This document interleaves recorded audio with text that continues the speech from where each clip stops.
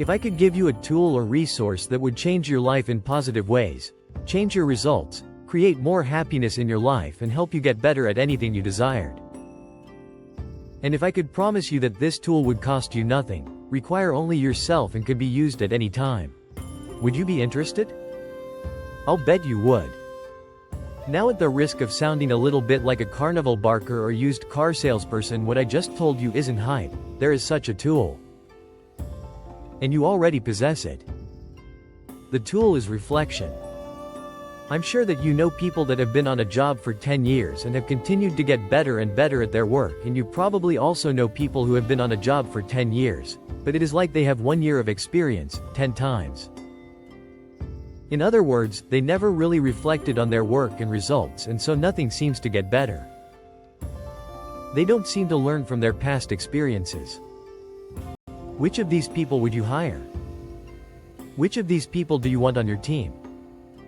But I'm too busy. The number one reason I hear for people not reflecting is that they are too busy. They are too busy moving from task to task, from project to project, and event to event. When they recount this challenge to me, they end by asking, when would I have time to reflect? Our lives are much different than were the lives our grandparents.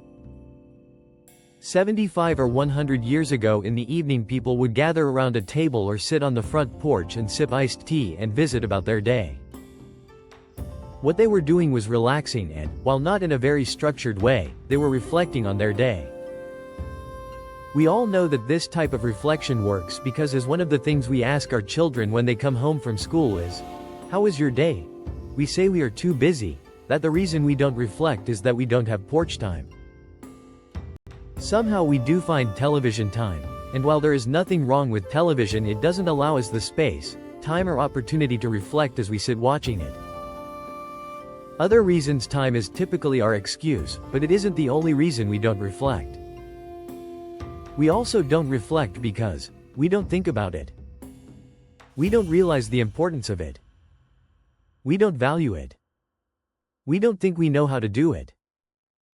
Hopefully reading this helps you get past the first reasons. Let me deal now with the last one, the issue of skill. Examples.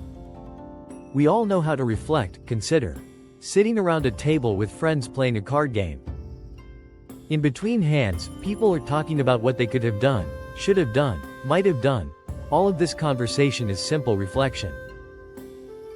And while some people playing the game don't like to overanalyze it, spending that time in conversation about what just happened will make us better card players in the future. Or for those in a different generation, the reflection is the time they take between 2 rounds in a video game as they quickly think about what happened and how they do it differently the next time. Golfers quickly analyze their swing as they watch the trajectory of their shots, thinking about what worked and what they might adjust. And we do it at work, thinking about how the meeting or presentation went as we leave and move to the next item on our calendar. So we know how, and we even do it sometimes, but how can we use this skill more successfully more often? How to reflect more effectively. Make time. Reflection is about having time. We all have the time, regardless of how busy our schedules are. Reflect in the shower. Reflect on the drive to work. Turn off your radio or your iPod and think. Reflect in the moments before you go to sleep.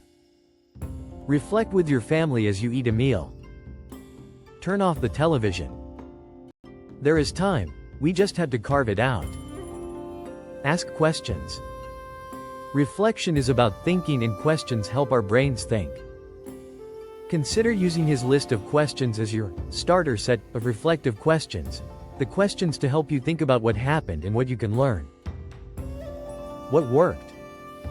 Why? What didn't work? Why? What does this situation remind you of? How can I use this experience? How does this experience relate to other situations I've been in? What can I learn for that situation? Knowing what I know now, what would I do differently next time? Think more broadly. Don't just apply your thinking to how you would do this exact same task or respond in this exact same situation the next time. Our lives are too complex for that. Think about what you can take from this experience and apply to other related or perhaps even unrelated situations. Look for generalizations, patterns, tendencies, and underlying principles. When we think more broadly, we make our reflection time infinitely more beneficial to our lives. This is some of my reflection on reflection. As we practice this skill, we will get better at it and our results will begin to improve dramatically.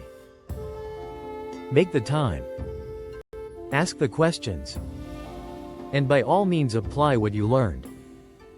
When you do this, you will make your life experiences your most precious source of learning, and your most fertile ground for your own success.